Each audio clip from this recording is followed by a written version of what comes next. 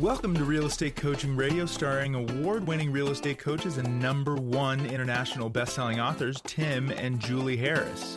This is the #1 daily radio show for realtors looking for a no BS, authentic, real-time coaching experience.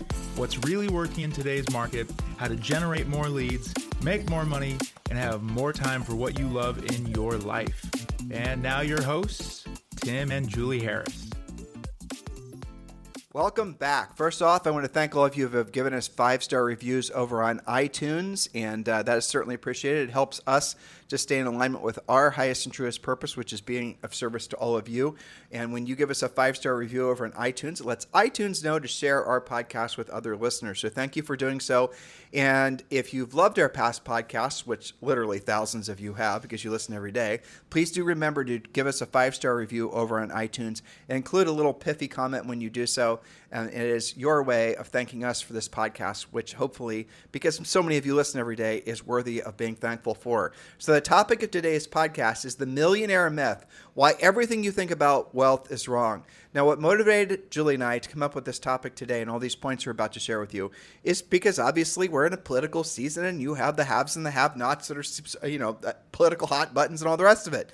And so what's really important is that you understand clearly what money is for, what money is not for, what essentially wealth is, what wealth isn't, and really remove the ego and the political rhetoric from all of it. And you're going to feel, I think, a sense of clarity and almost a sense of relief that really it's not that complicated in terms of wealth accumulation and why some people do and some people choose not to. So what we're going to do again is we're going to give you some myths today, so stay along with us. And by the way, a lot of you are going to want these points, and these are great points if you wanted to share them on Instagram or share them if you're doing presentations to your office, to your team.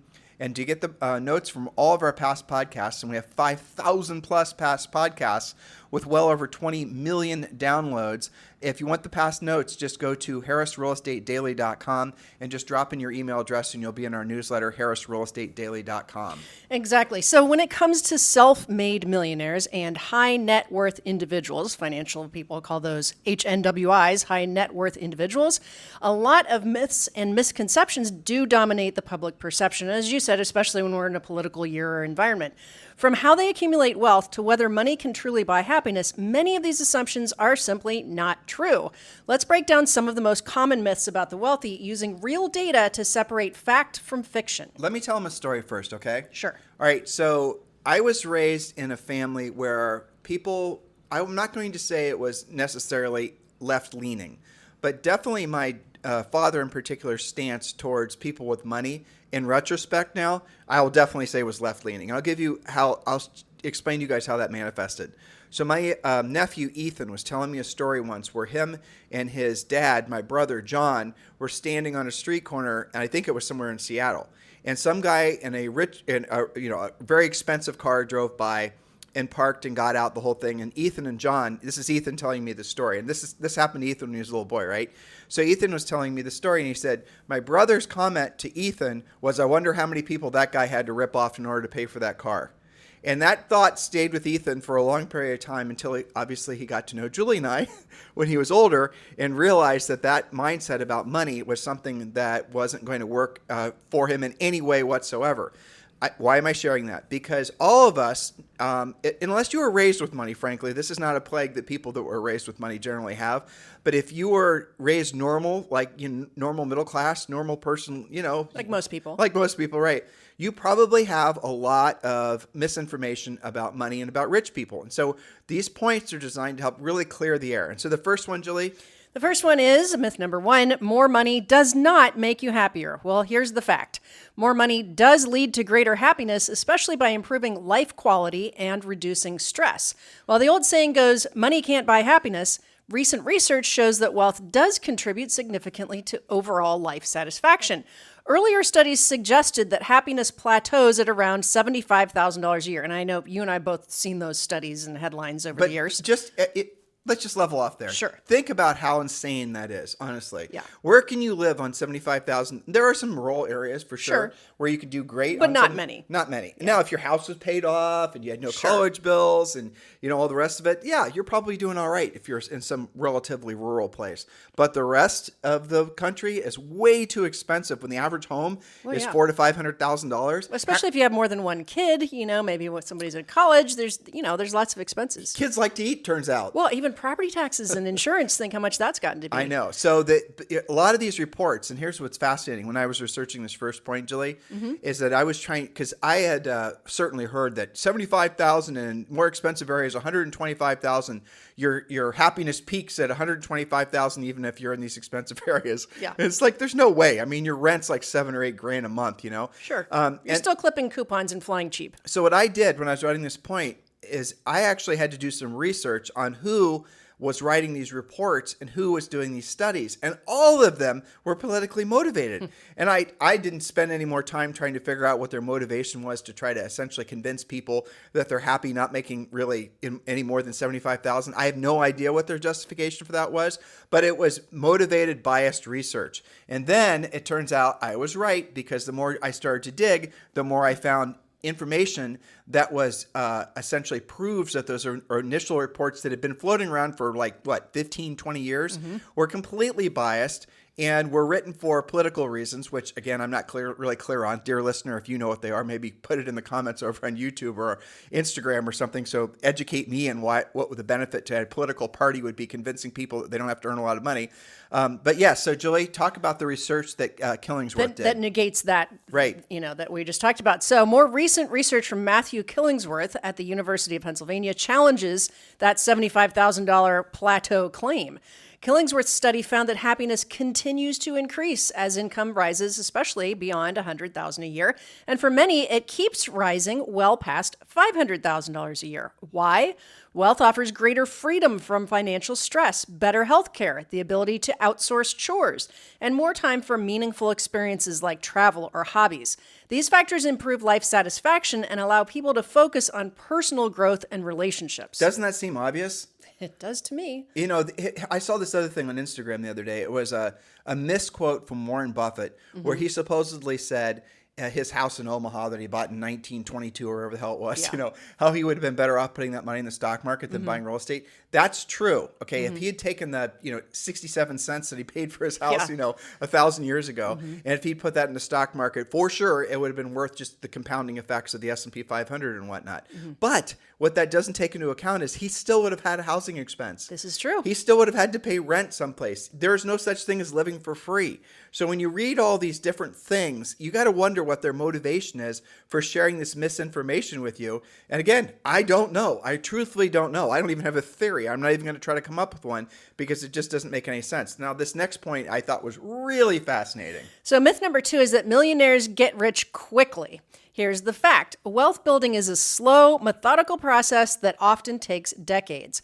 While it's tempting to think that millionaires get rich quickly, the truth is that most build their fortunes steadily over time.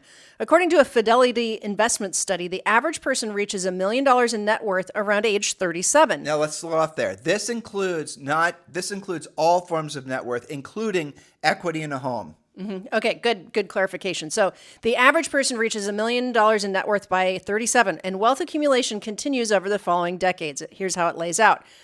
We said $1 million by 37, $5 million net worth reached by 50. Look how long it takes between 37 and 50 to get to $5 million. Then $10 million typically achieved in the early 50s, and 30 to 50 million in net worth often reached in their 60s. So building wealth through consistent saving, investing, and reinvesting obviously takes time. Now, here's the other thing. I don't have this in our notes, Jules, but the percent of people that have a net worth of 1 million, let alone 30 million, is a tiny, tiny little percent. It is. And it's not because of, you could say it's all kinds of different reasons. You could sound like Bernie Sanders if you'd wanted to.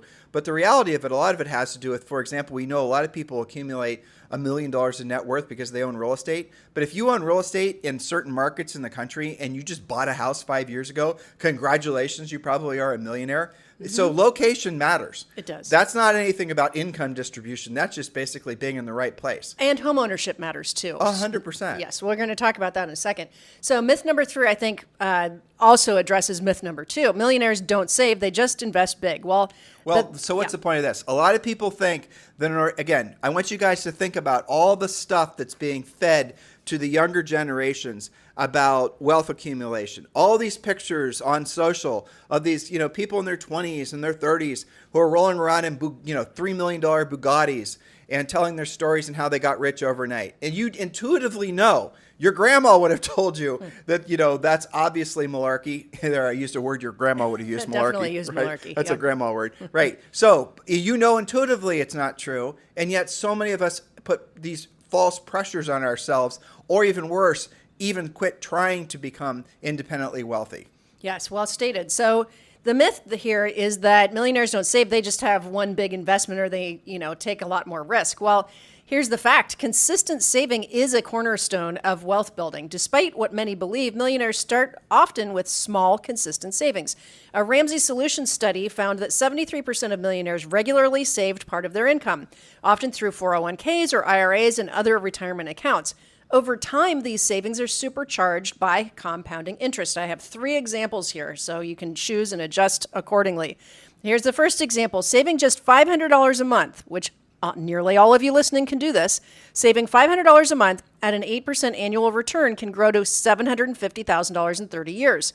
Many millionaires don't make one huge investment. Instead, they invest small amounts regularly and let the power of compounding work for them over time. Now, what if you were to instead invest $1,000 per month with that same 8% annual return for 30 years? That's going to be $1.5 million, $1,500,295. If you invested $5,000 per month, remember the average commission after some expenses is somewhere between $10,000, $12,000, maybe $15,000 depending on where you live. So less than one commission check or half of one commission check.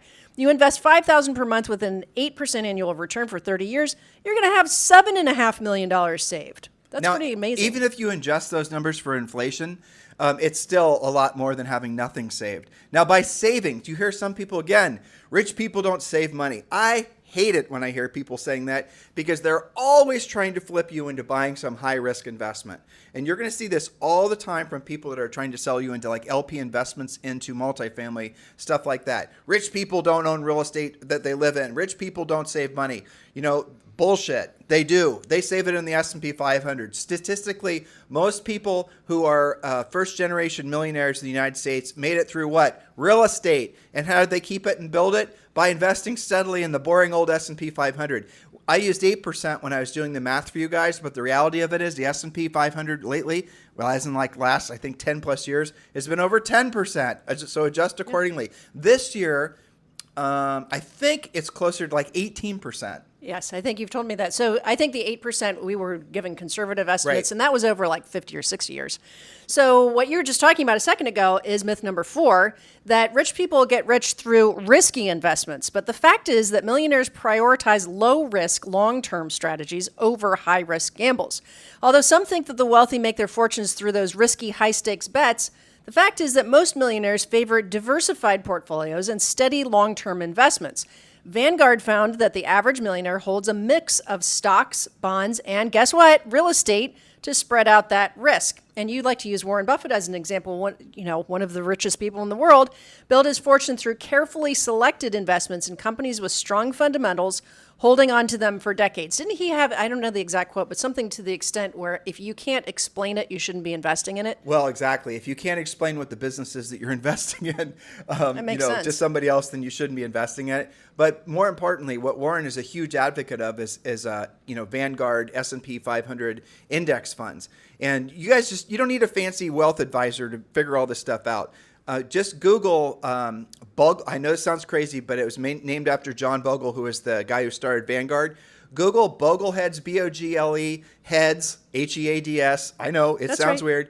weird. 3 fund portfolio and 5 fund portfolio. You might want to throw 2024, 2025. So Google Bogleheads 5 fund portfolio 2025, and you're going to see that there's essentially 3 to 5 different index funds that you should be investing in that are going to essentially, when you invest in an index fund, you're not going to have like a huge, up or huge down. It's just going to average wherever the markets adjust to. But guess what? I love where the markets have been adjusting to for the last like 10 or 15 years, and you should as well. So that's what the rich people do. Every single person that Julie and I know who are worth, let's say $50, $100 million.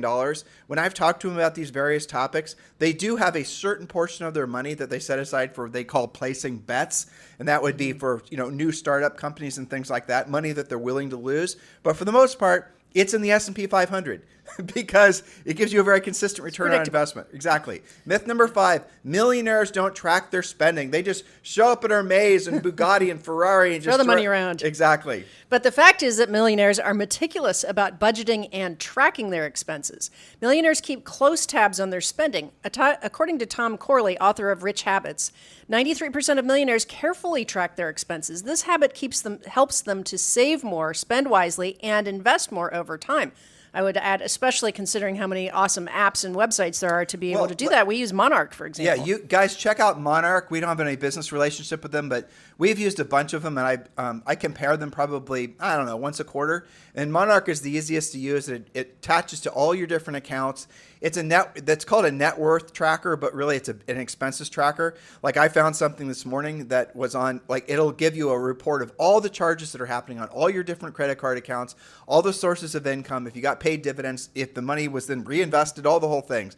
All of it is completely transparent. It's a beautiful app. Definitely suggest you guys use Monarch. And Monarch, if you're listening and you'd like to sponsor this podcast, you know what to do. That's exactly right. But the point of bringing that up is that there's really no excuse but to track your money, even if you're not yet a millionaire. Well, it gives you a sense of calm, too. I mean, really it does. Yeah. You end the fear of the unknown and hiding out from what's probably going on financially. You remove the emotion from money. Exactly. Because the Monarch will tell, and this is a great, assuming you're married, let's assume you're married and you are wanting to, be on the same page with your spouse, your partner with regards to finances. Monarch's a great way to do it because it's disinterested in emotions. It's just going to tell you the facts. Yeah, it's pretty awesome. Okay, myth number 6.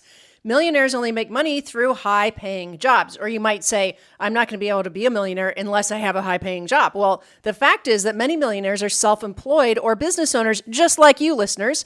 While high-paying jobs do help, many millionaires create their wealth through entrepreneurship. James Stanley's research found that 2/3 of millionaires are either self-employed or own their own businesses. Business ownership allows them to build multiple income streams. Sounds familiar. Yes, it does, and reinvest profits for growth. Now, here's the reason I put that point in there. Because you are falling prey to believing that people who have a lot of money have basically won the lottery in some form or another or had a liquidity event. They got invested in the right IPO. They had a home run on some, easy button thing that turned out it worked out. That's not at all true. A lot of them are small business owners like all of you, dear listener. And what they're doing is they're squirreling away a portion of the money that they make off the top of every commission check that they make. And then they reinvest that in the S&P 500 and other things that are going to make them money. What your business is, what your real estate practice is, in essence, assuming you're making profit, it's an ATM machine. And with that money, reinvest that in things that are not dependent on your labor. And that, again, I love the S&P. Julie loves the S&P, but I'll tell you another standalone stock. Costco is a home run. Look into things like that. Do your own homework on this. Be your own wealth advisor. Don't be intimidated by all of this. It's actually very simple and very intuitive. Be careful when you're talking to quote unquote wealth advisors. Find out, here's the way you could here's a litmus test for your wealth advisor who you're getting financial information from. Ask if they're trying to sell you anything. Find out what they're trying to sell you, because a lot of time it's going to be insurance products. It's going to be things that are very risky that pay them massive amounts of commission. If they're trying to sell you anything, there's a 99.9% chance that you don't want to do business with them, because they know statistically that the S&P 500 is going to beat whatever the hell over time that they're trying to pitch to you. So just do that. There you go. Well said. All right. Myth number 7, that millionaires got there alone. But the fact is, millionaires often leverage mentorship and networking to grow their wealth. Wealth is not accumulated in isolation. Building a strong network of mentors and peers helps open doors to new opportunities, insights, and knowledge that accelerate wealth building. Many successful people, like Richard Branson, for example, credit much of their success to the people they surrounded themselves with. Why did I put that point in there? Because it's not about necessarily looking for new businesses to invest in when you're in the real estate industry. It's about making sure the money you're spending money on, the money you're quote unquote investing into your business, is actually worth doing or whether or not just basically depleting profit that could have otherwise gone to investing in the S&P 500 and things like that. And a lot of our coaching clients, especially the higher end coaching clients that Julie has, that's what we're doing. We're helping them set up their financial plan. We're getting a lot of folks that are very well established, earning hundreds of thousands, if not millions of dollars in real estate. They want to be Julie's personal coaching clients. And we're going through we're helping them with their real estate business, but really most of them are transactional, don't really need our help. Where they need our help is saving more money, getting their health in check, doing all the things to make it so they have longevity financially, mentally, and obviously health-wise as well. Mm-hmm. This is what higher end coaching is all about. And of course, we're going to help you build your systems and make your business more productive. In a market like this, what you're experiencing, what we're going to be experiencing, all of us, in the next 6 to 12 months, is a tsunami of change that's going to make the commission sharing lawsuits look like a walk in the park, because the AI is going to give all of us an opportunity to really accelerate our businesses and really, frankly, drive a hell of a lot more profit to the bottom line as we're able to elegantly and easily, and frankly, in a lot of cases, for no money, get rid of a lot of the marketing and the expenses for staff and things like that.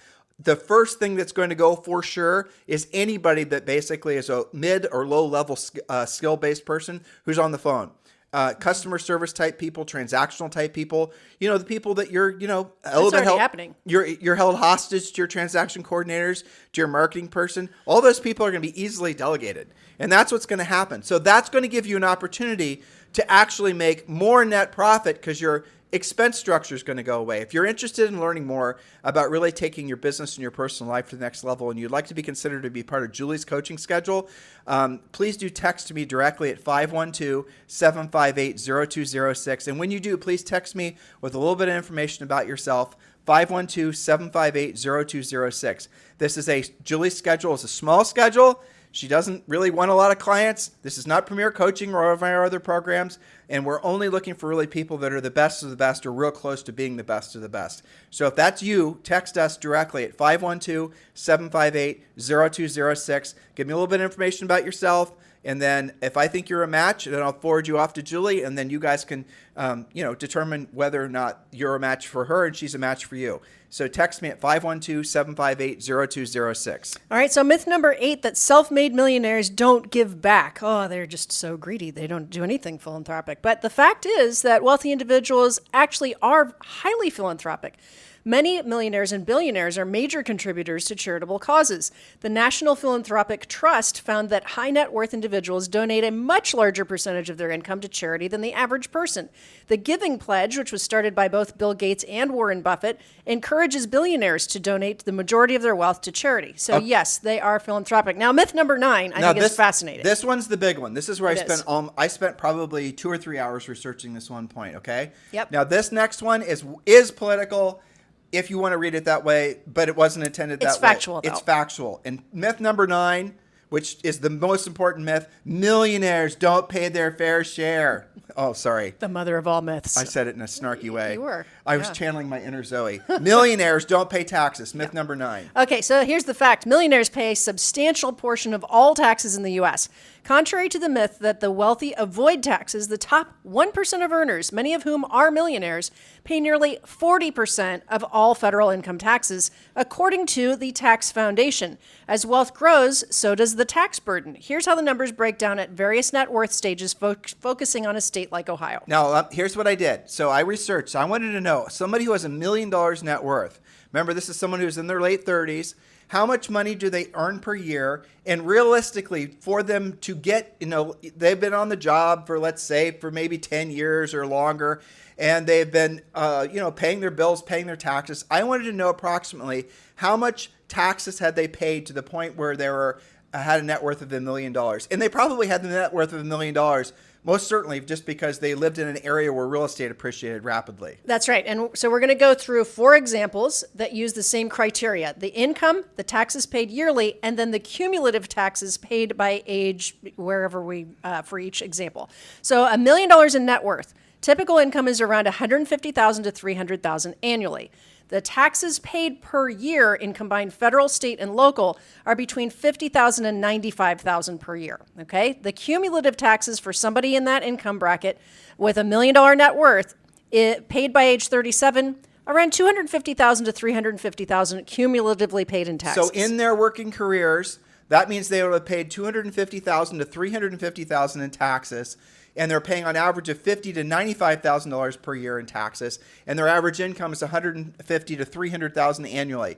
That was very hard information for me to find, but you will find even more interesting as we go into the higher net worth brackets. In $5 million net worth, the average income is $500,000 to $1 million annually. Why? Because you're older. Remember, this is someone who maybe is close to 50, so they've been on the job longer. Maybe their business has flourished. Maybe they have multiple sources of income. So just expand your thinking.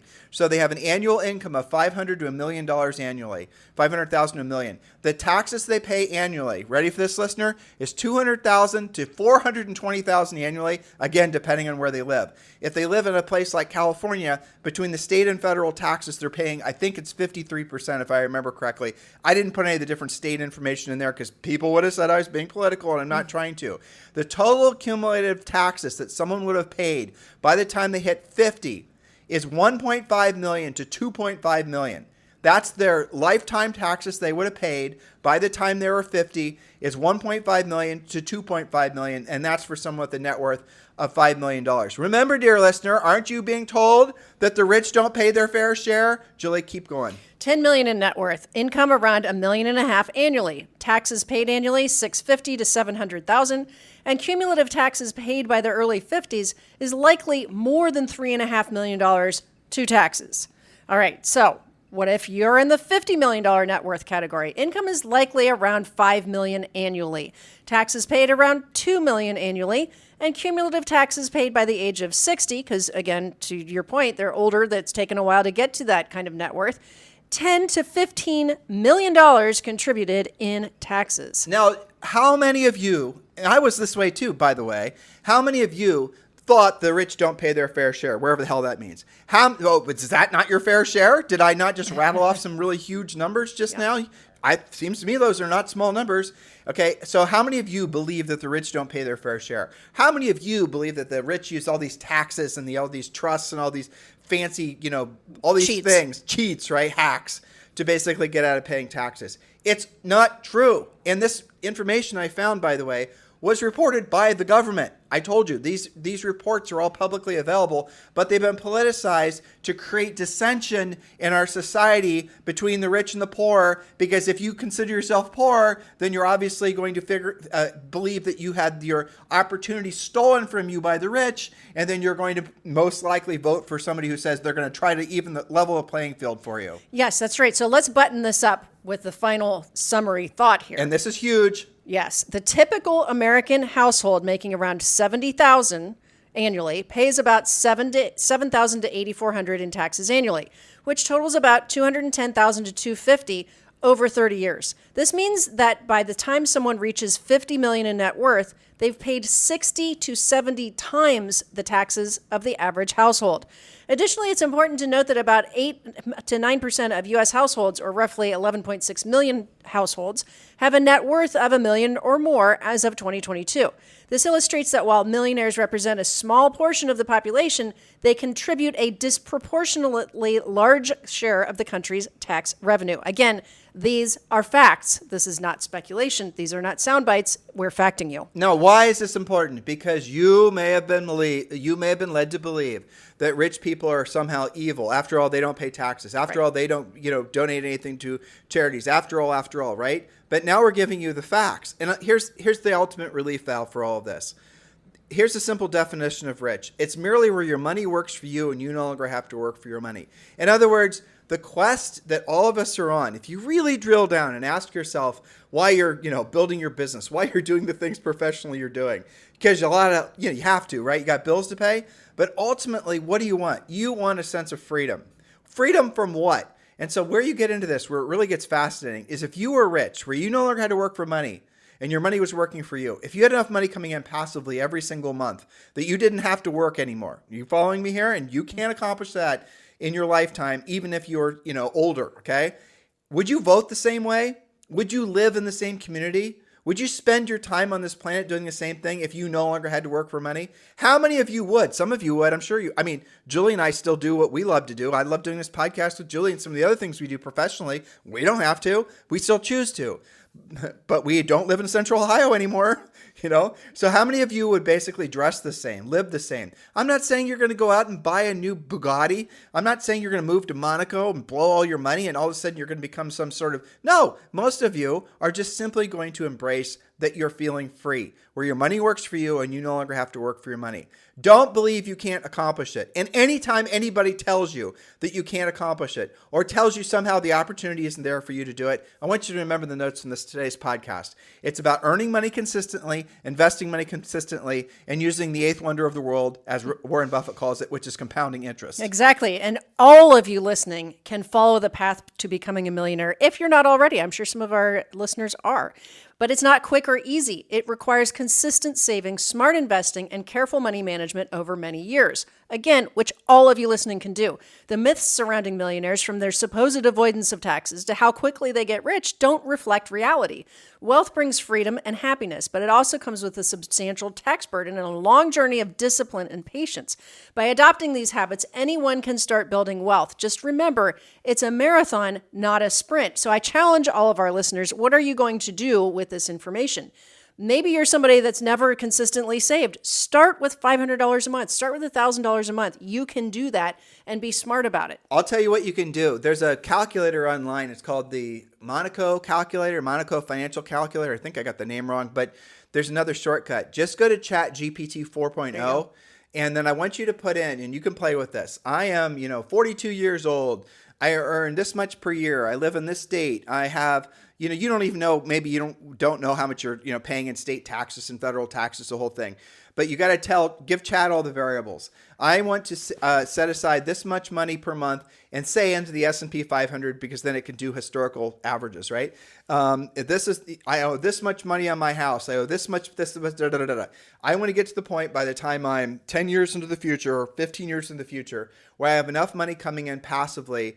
And just set the whole scenario up, just as if you were talking to somebody, and you will be shocked the report that you get out of ChatGPT. I've done that for a lot of Julie's coaching clients. I've done that for some of the people in our EXP Realty group. And it is just absolutely staggering. Like, for example, I'll tell you something else that's really interesting.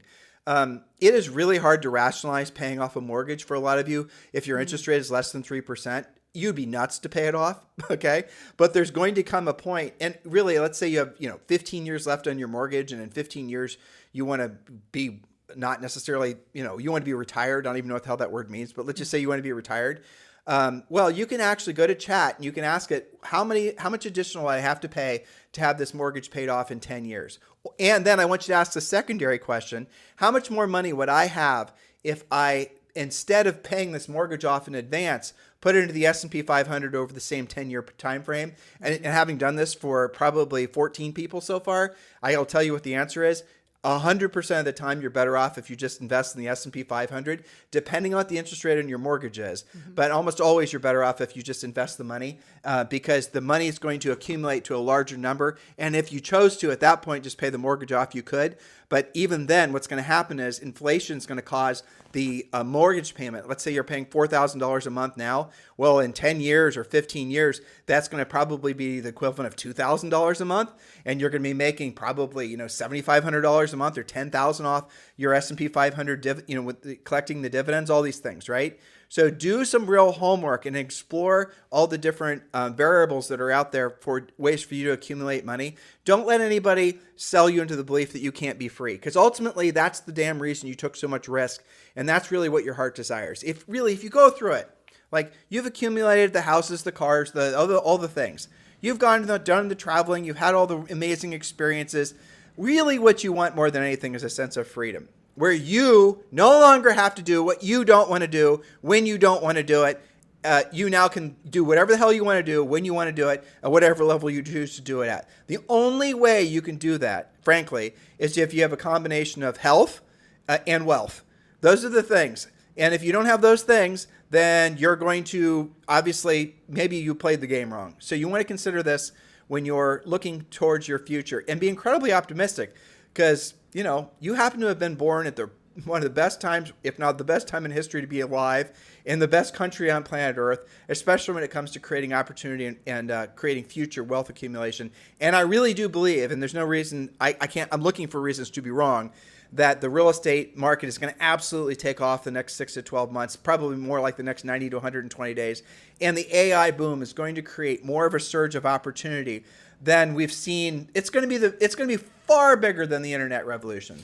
And if you want to be surrounded by people who are like-minded, who are focused, who are disciplined, and who can help you do all of this, then go to Premier Coaching. Sign up as a Premier Coaching client, or maybe you should be in my private schedule. Either way, we are here to help you. And the information to sign up for Premier Coaching is in today's show description, or just go to premiercoaching.com. In the meantime, have a fantastic day. We'll talk with you on the show tomorrow. This podcast is a part of the C-Suite Radio Network.